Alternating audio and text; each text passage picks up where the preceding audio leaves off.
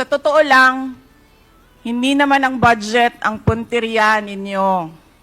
Dahil napakadali naman magtanggal ng budget. What you are trying to do is make a case for impeachment. Hindi naman ako kakandidato sa nalalapit na eleksyon.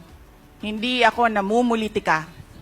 Ang ginagawa ko lamang ay ang pagtupad sa aking oath of office at campaign platforms na trabaho, edukasyon, at mapayapang pamumuhay.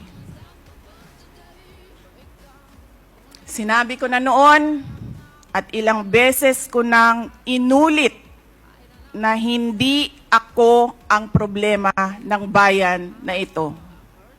Ang totoong problema ng bayan ay kagutuman, kahirapan, illegal na droga, kriminalidad, terorismo, hindi na sapat na healthcare, kalidad ng edukasyon, kawalan ng plano ng infrastruktura para sa disasters, at marami pang iba.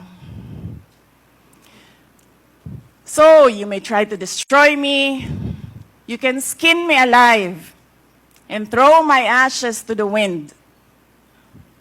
But let it be known, you will find me unbowed. I will continue to serve the Filipino people no matter the personal cost or political intrigue.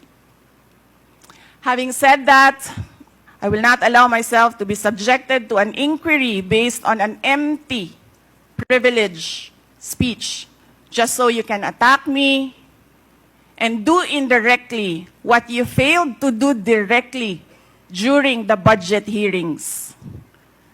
I therefore request this committee to terminate this inquiry for its clear lack of any proposed legislation or substantive matter for discussion. Shukran.